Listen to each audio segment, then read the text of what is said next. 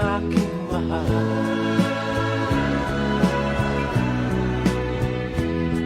Itanong mo sa akin, sagot ko'y di magtatanda.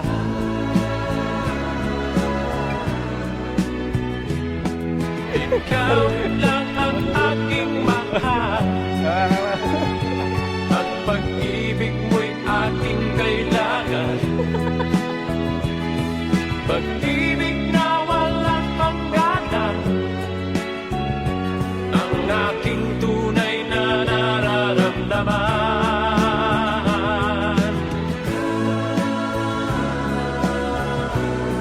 Nais ko sana'y inyong malaman, sa hilaga ko sa timog ko ng oras, at kahit saan pa man ang aking isisigaw. Ikaw ang aking mahal, ikaw ang aking mahal.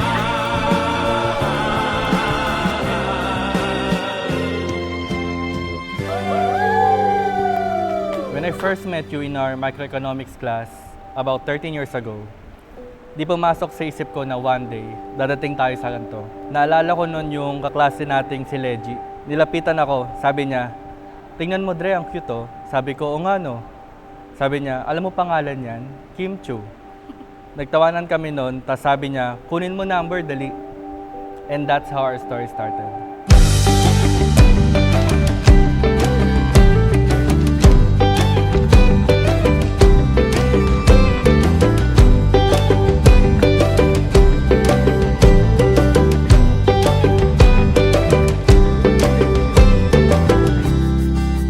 Yeah, since college. Kim. Mahal mo. Oo naman. Yun.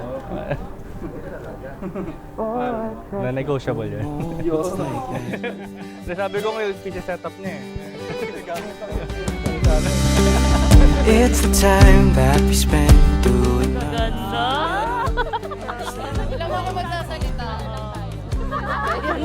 always through the Oh, hey! lilac.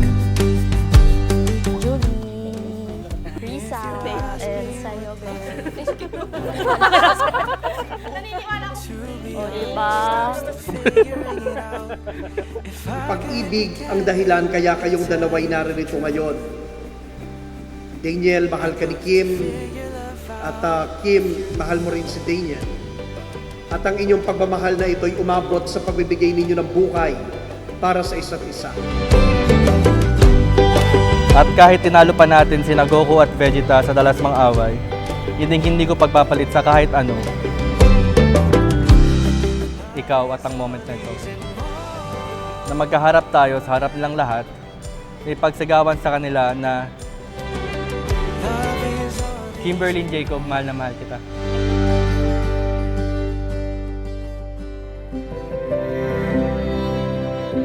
My love, Daniel. You have been my pride and joy since day one. And kahit ngayon, you still amaze me in everything you do. That's how I fall in love with you over and over again.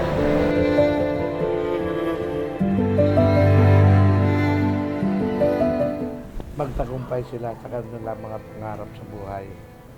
Siguro pang thank you dun sa pagpapalaki sa akin.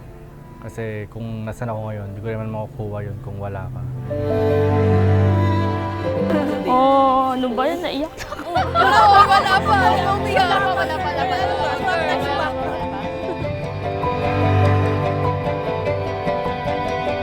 Na ang oo ngayon ay mananatiling oo hanggang dulo. Yung I do ay hindi nyo lang sasabihin sa inyong araw ng kasal.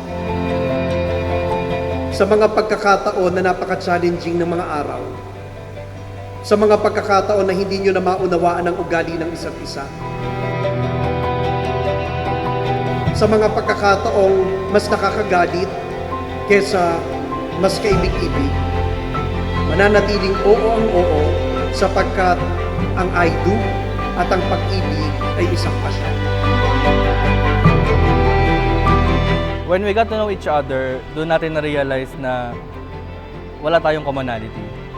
Gusto ko sa bahay lang, gusto mo nag-date sa labas. Gusto ko spontaneous, gusto mo planado lahat. Salamat, mahal.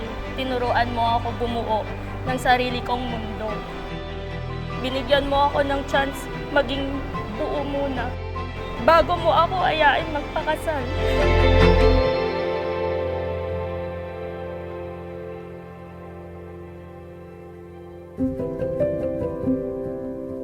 Totoo na to, Brad.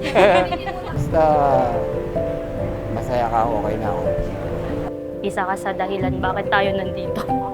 Umabot tayo dito. Isa ka sa dahilan at ikaw din, Mother. Thank you so much. Huwag ka nang umiyak.